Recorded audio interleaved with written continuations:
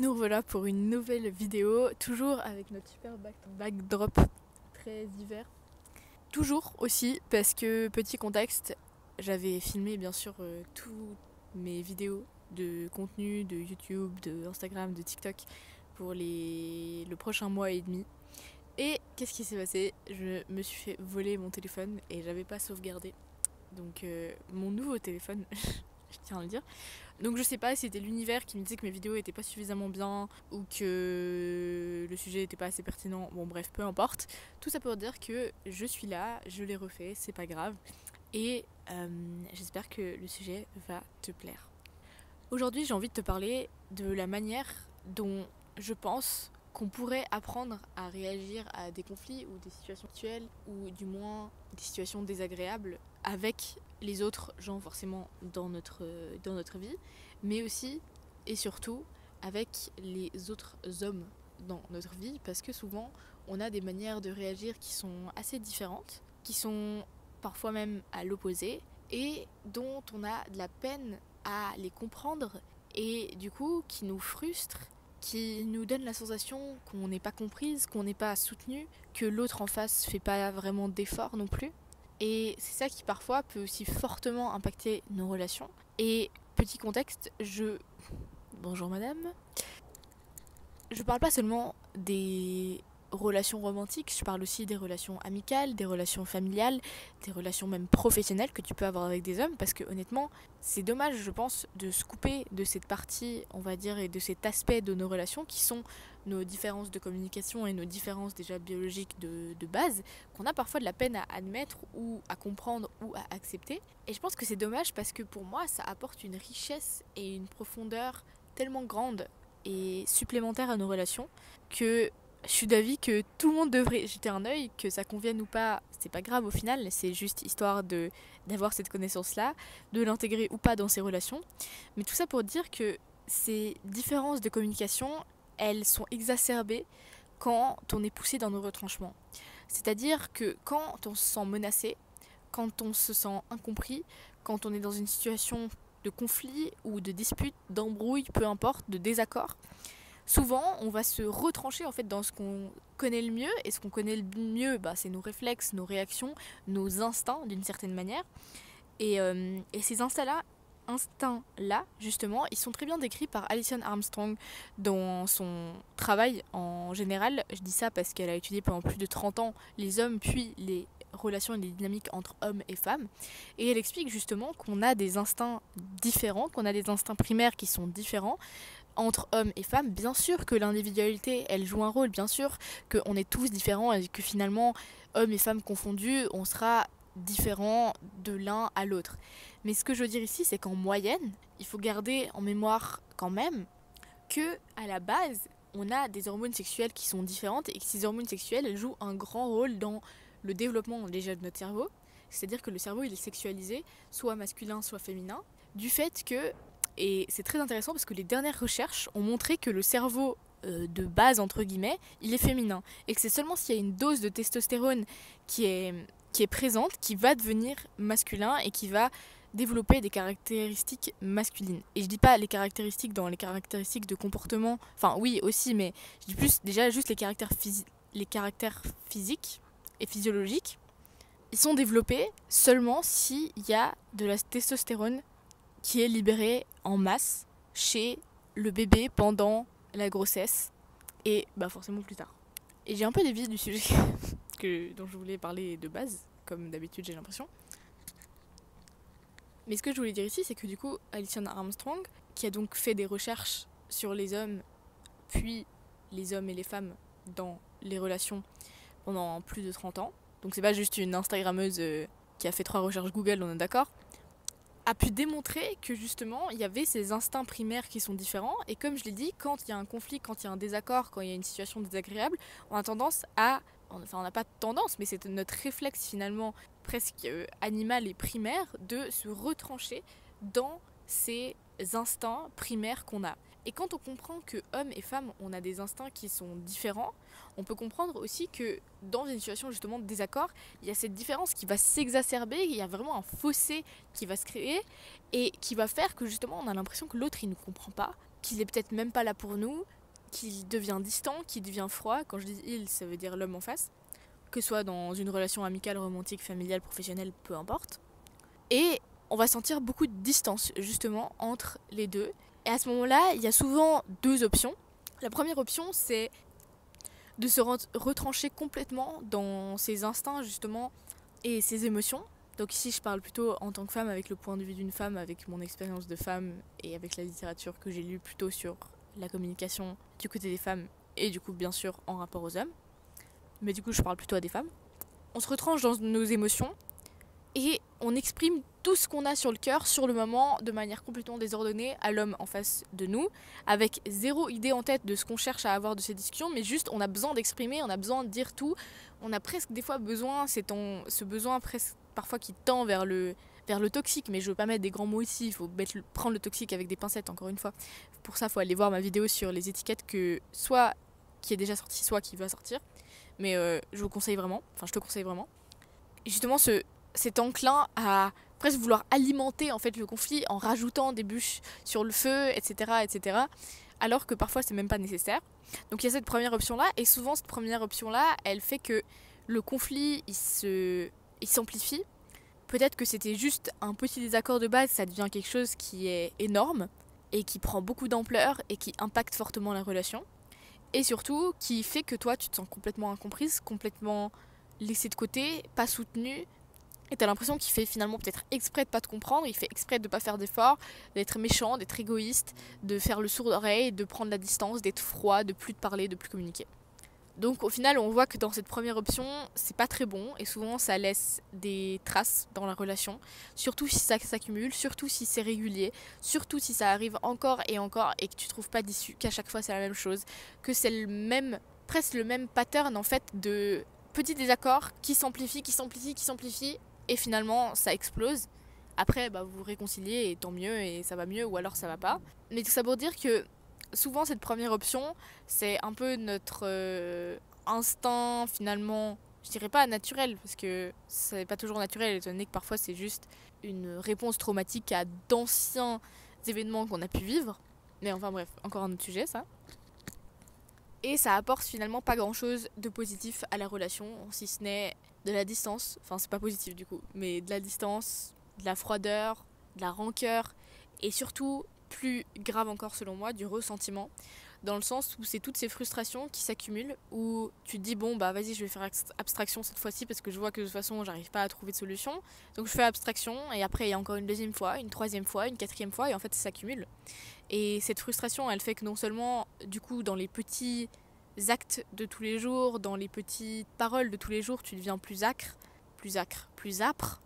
je connais plus le mot. Et enfin bref, plus distante toi-même, plus froide, plus piquante finalement. Et l'homme en face, il va peut-être pas forcément comprendre parce que si justement t'as fait abstraction, tu te dis bon, cette fois je vais rien dire parce que de toute façon ça va mener à rien et que t'as juste pris sur toi. Mais tu prends encore et encore et encore sur toi, au bout d'un moment, la relation elle se détruit d'elle-même en fait de l'intérieur, elle se consume. Donc ça c'est la première option. Et la deuxième option, c'est celle de quand t'es poussé vers tes instincts naturels. C'est pas de forcément les opprimer, mais c'est de les laisser, s'épanouir. Pas tout à fait ça le mot, mais de les laisser s'exprimer, mais peut-être de ton côté, dans ton espace, dans ta sphère privée, de manière à ce que tu puisses exprimer ces émotions. Le but c'est pas de les réprimer, encore une fois, surtout pas, parce que ça finit justement par devenir du ressentiment, de la rancœur, etc., de la colère, de la tristesse, peu importe, qui s'accumulent dans le corps ou alors qui deviennent des douleurs chroniques, donc je te déconseille. Le but c'est vraiment d'aller exprimer ces émotions, mais peut-être pas les exprimer directement à ton partenaire en face, à ton collègue, à ton patron j'espère pas, mais enfin on sait jamais, ou à ton ami, ou peu importe, à ton frère, à ton père, à ton oncle. Mais c'est de prendre ce temps quand tu sens que là, il y a quelque chose qui t'a trigger, entre guillemets, qui te pousse justement dans cette vague d'émotions où tu aurais envie de péter un câble, en fait, d'exploser, de dire ok, je vais exploser tranquillement de mon côté, je vais laisser toutes mes émotions ressortir, je vais vraiment prendre le temps de les ressentir, de les vivre en fait finalement, et de pas les opprimer parce que c'est le pire truc à faire. Mais la clé ici c'est que ce soit de ton côté finalement, dans ton espace, et que surtout d'une fois que tu les aies processés, que tu puisses, faire un constat finalement, un rapport de ce qui s'est passé pour toi. Qu'est-ce qui s'est passé ? Du moment que tu as plus de clarté, c'est beaucoup plus facile. Et surtout, ce qui est beaucoup plus facile, ce sera la discussion qui va en suivre. Parce que, évidemment, c'est pas parce que, par exemple, là je te dis, ah, c'est bien que tu processes toute seule tes émotions, que tu vas processer toute seule tes émotions et qu'on n'en parle plus, on met tout ça sous le tapis et tout ira bien, tout finira bien. Non. Le but, c'est que tu processes tes émotions de ton côté, mais qu'ensuite, tu fasses un check-in finalement avec toi-même. Tu dises, ok, qu'est-ce qui là n'a vraiment pas été ? Qu'est-ce qui était, entre guillemets, j'allais dire de ta faute, mais c'est pas une question de faute du tout. Mais qu'est-ce qui était, on va dire, de par exemple tes traumas ou tes blessures qui ont tout d'un coup été ravivées et du coup t'allais exploser face à lui en pensant que c'était lui la cause alors que finalement tu te rends compte que c'était peut-être pas lui la cause. Qu'est-ce qui est vraiment, entre guillemets, j'aime pas le truc de sa faute du tout, j'arrive pas à trouver un autre mot, de peut-être sa responsabilité, je sais pas, ou en tout cas de quelque chose que lui pourrait améliorer pour que ça n'arrive plus. Et du moment que tu as fait ce check-in avec toi-même où tu dis ok bon ça c'était peut-être de mon côté, c'est peut-être moi qui dois régler certaines choses, ça c'est vraiment lui. À ce moment-là, c'est là que tu peux engager une discussion qui va vraiment être constructive et qui va vraiment pouvoir vous, et quand je dis vous, c'est toi et l'homme dans ta relation, que ce soit romantique ou pas, c'est ça qui va vous permettre ensuite justement d'engager une discussion qui soit constructive et qui fasse avancer la relation, et aussi, non pas seulement la relation, mais qui va vous fasse avancer vous, les deux, chacun, en tant qu'individu. Parce que imaginons même si, par exemple, c'est vraiment quelque chose de pas correct du tout, d'inadmissible qui s'est passé dans la relation, bah vous allez peut-être pas rester ensemble. Mais en attendant, toi, ça t'aura permis d'en apprendre beaucoup plus sur toi, beaucoup plus sur tes limites aussi, ce que tu peux tolérer et ce que tu peux pas tolérer. Et lui, bah pareil, il saura que ce qu'il a fait là, c'est inadmissible et c'est pas reproductible, que ce soit avec toi ou avec quelqu'un d'autre. Tandis que si par exemple sur le moment t'exploses complètement et qu'après tu dis bon en fait c'était peut-être mes émotions, en fait je sais pas, etc. Et que du coup finalement tu restes dans la relation alors que peut-être que c'était quelque chose d'inadmissible, que c'était, quelque chose qu'il a fait, qui a dépassé tes limites et que tu n'aurais jamais dû accepter. Mais si tu réagis immédiatement sous le coup de tes émotions, bah t'as pas cette clarté de te dire ok mais est-ce qu'en fait c'était vraiment correct ou pas, ou je sais pas, je suis un peu perdue et tout, t'appelles toutes tes copines, une elle dit ça, l'autre elle dit ça, l'autre elle dit ceci, enfin t'en sais rien, tu vas chez ta psy, elle te dit encore quelque chose d'autre, tu demandes à ta mère, encore une autre perspective. Enfin bref, le but c'est vraiment que tu puisses en fait prendre cette habitude de te retrouver avec toi-même et de dire ok bah qu'est-ce qui s'est passé là pour moi, est-ce que c'était ok pour moi, est-ce que c'était pas ok pour moi, qu'est-ce qui était pas ok pour moi et qu'est-ce qui était plutôt de mon travail, de mon évolution à faire. Et c'est là que tu peux engager ensuite une discussion post-conflit, post-désaccord et pas pendant le désaccord, pendant le conflit, parce que finalement il y a peu de chances que ça mène à quelque chose de constructif. Aussi parce que, et là c'est plus les différences hommes-femmes qui rentrent en jeu, si tu exprimes immédiatement tes émotions à l'homme en face de toi, que t'en as aucune idée de ce qui s'est vraiment passé, enfin pas de ce qui s'est vraiment passé, mais dans le sens, tu sais pas vraiment où t'en es et ce que tu veux de ces discussions, lui va être en mode ouais mais attends, mais là tu veux en venir où ? Je comprends pas ce que tu veux dire. Tu peux s'il te plaît juste me donner une conclusion qui soit claire, et toi t'en as aucune idée, c'est normal, et tu pourrais pas avoir directement une idée claire de ce qui se passe, sauf si vraiment tout d'un coup c'est tranché, mais c'est pas toujours le cas. Et donc c'est là justement dans ce moment-là quand tu vas immédiatement réagir sous le coup de tes émotions, que aussi il y a cette distance qui va se créer où tu vas avoir l'impression qu'il t'écoute pas, qu'il te comprend pas, qu'il fait exprès de pas te comprendre. Mais parfois c'est aussi parce que justement t'as pas pris ce temps de recul de d'abord processer tes émotions et ensuite avoir la clarté nécessaire pour lui exprimer ce dont t'as besoin qu'il fasse dans le futur ou qu'il fasse plus justement, et ce que t'as envie qu'il comprenne de cet incident, si je peux dire ça comme ça, pour la suite de votre relation. Et le dernier point que j'ai envie de mettre en lumière ici, et ça tombe bien parce qu'il y a vraiment beaucoup de lumière là, donc je suis désolée, je regarde tout le temps là parce que sinon en fait je serais que ça. Bref, que j'aimerais mettre en lumière donc justement, c'est le fait que si tu prends l'habitude de prendre ce temps de recul justement, après un désaccord, après un conflit, ou après n'importe quel moment où tu sens que tu as un flot d'émotions, que tu as envie de réagir sous le coup de l'émotion, mais que c'est justement cet instinct et ces émotions qui drivent la discussion que tu as envie d'avoir. Si tu prends l'habitude de processer tes émotions par toi-même, tu construis aussi une force et surtout la compétence de t'autoréguler. Et ce que j'entends par t'autoréguler, c'est-à-dire que t'as pas besoin que lui il soit là, que lui il te rassure constamment, que lui presque il fasse le travail à ta place, ou du moins